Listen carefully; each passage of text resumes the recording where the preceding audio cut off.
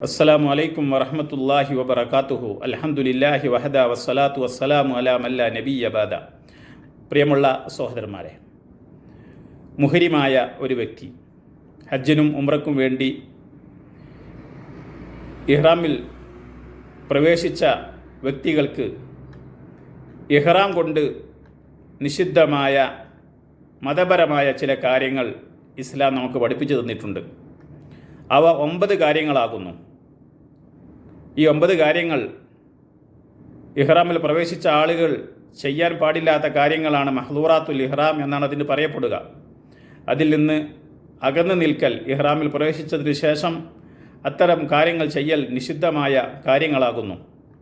അതിൽ ഒന്നാമത്തെ കാര്യം തുന്നിയ വസ്ത്രം ധരിക്കലാണ്. കുപ്പായം, സിൽവാർ, അതുപോലെ തന്നെ ബനിയൻ തുടങ്ങിയ ശരീരത്തിൻ്റെയോ ശരീരാവയവങ്ങളുടെയോ വലുപ്പത്തിൽ തുന്നപ്പെട്ട വസ്ത്രങ്ങൾ പുരുഷന് ധരിക്കാൻ പാടില്ലാത്തതാകുന്നു. എന്നാൽ സ്ത്രീകൾക്ക് നിക്കാബ്, കയ്യുറ ഇവയൊഴിച്ച് അവൾ ഉദ്ദേശിക്കുന്ന വസ്ത്രം സ്ത്രീകൾക്ക് ധരിക്കാം.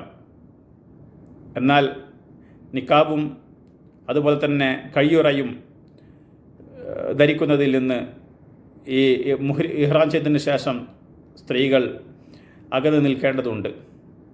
2, ശരീരത്തിലും വസ്ത്രത്തിലും സുഗന്ധം ഉപയോഗിക്കലാണ്. ഇപ്രകാരം തന്നെയാണ് സുഗന്ധം വാസനിക്കുന്നതും. എന്നാൽ സുഗന്ധമില്ലാത്ത സുറുമ ഉപയോഗിക്കാമെന്ന് പണ്ഡിതന്മാർ അഭിപ്രായപ്പെട്ടിട്ടുണ്ട്. 3-ാമത്തെ കാര്യം മുടിയോ നഖമോ നീക്കം ചെയ്യലാണ്. പുരുഷനായാലും സ്ത്രീ ആയാലും ശരി, തങ്ങളുടെ ശരീരത്തിൽ നിന്ന് മുടിയോ രോമമോ എന്നും ഇഹ്റാം ചെയ്തതിന് ശേഷം നീക്കം ചെയ്യാൻ പാടില്ല. എന്നാൽ നഖം മുറിഞ്ഞു പോയാൽ അത് എടുത്തു കളയൽ അനുവദനീയമായ കാര്യമാകുന്നു. 4-ാമത്തെ കാര്യം പുരുഷൻ തലമറക്കലാണ്. തലയോട് ചേർന്ന് നിൽക്കുന്നതാണ് ഇവ കൊണ്ട് ഉദ്ദേശിക്കുന്നത്. എന്നാൽ ഒരാൾ ചൂടിൽ നിന്ന് തണൽ കൊള്ളുവാൻ വേണ്ടി ടെൻ്റ്, മരം, കുട ഇവ പോലുള്ള വസ്തുക്കൾ ഉപയോഗിക്കുന്നത് കൊണ്ട് ഒരു മുഹ്രിമിന് കുഴപ്പമില്ലാത്തതാകുന്നു. നിക്കാബ്, ബുർക്ക പോലെ മുഖത്തിൻ്റെ വലുപ്പത്തിൽ തയ്യാറാക്കപ്പെട്ട വസ്ത്രങ്ങൾ കൊണ്ട് മുമ്പ് പറഞ്ഞതുപോലെ മുഖം മറക്കൽ സ്ത്രീകൾക്ക് പാടില്ല. കയ്യുറകൾ ധരിക്കുവാനും അവൾക്ക് പാടില്ലാത്തതാകുന്നു. എന്നാൽ സ്ത്രീകൾക്കിണങ്ങിയ വസ്ത്രങ്ങളിൽ നിന്ന് വേണ്ടത് അവർക്ക് ധരിക്കാവുന്നതാണ്. 5-ാമത്തെ കാര്യം വിവാഹം ചെയ്യലും വിവാഹം ചെയ്തു കൊടുക്കലുമാണ്.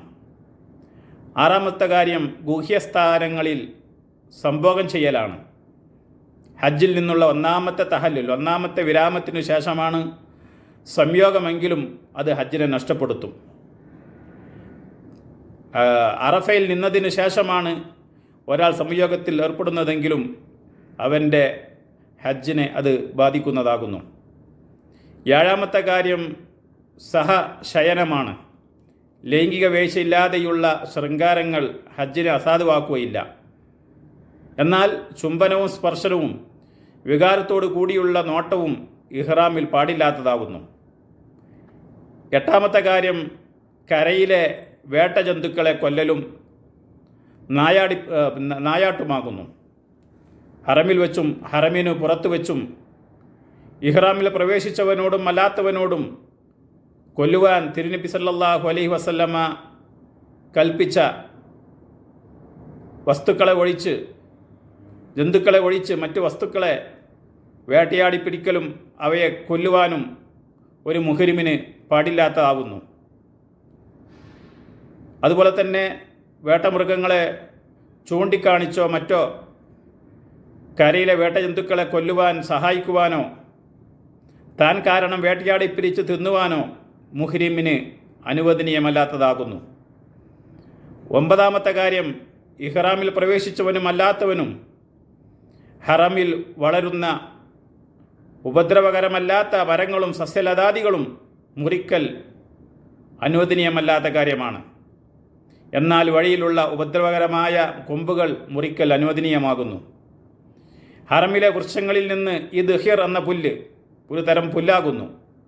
അവരുടെ ആലകൾക്ക്, വീടുകൾക്കൊക്കെ മറക്കുവാൻ വേണ്ടി, മേയുവാൻ വേണ്ടി അവർ ഉപയോഗിക്കുന്ന ഒരു തരം പുല്ലും അതുപോലെ തന്നെ മനുഷ്യൻ നട്ടുവളർത്തുന്നതും ഇവയിൽ നിന്ന് ഒഴിവാണ് എന്ന് പണ്ഡിതന്മാരുടെ ഇജ്മാ ഉള്ള കാര്യമാകുന്നു.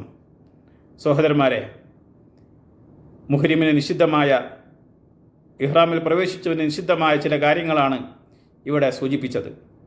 അതുകൊണ്ട് ഇഹ്റാമിൽ പ്രവേശിച്ച ഹാജിമാരും അതുപോലെ തന്നെ ഉംറ ചെയ്യുന്നവരും ഇത്തരം കാര്യങ്ങളിൽ നിന്ന് പൂർണ്ണമായി അകന്നു നിൽക്കാൻ, തങ്ങളുടെ ഹജ്ജിനെയും ഉംറയെയും അസാധുവാക്കാതിരിക്കാൻ ശ്രമിക്കേണ്ടതുണ്ട്. അള്ളാഹു അനുഗ്രഹിക്കുമാറാവട്ടെ. അസ്സലാമു അലൈക്കും വറഹ്മത്തുള്ളാഹി വബറകാതുഹു.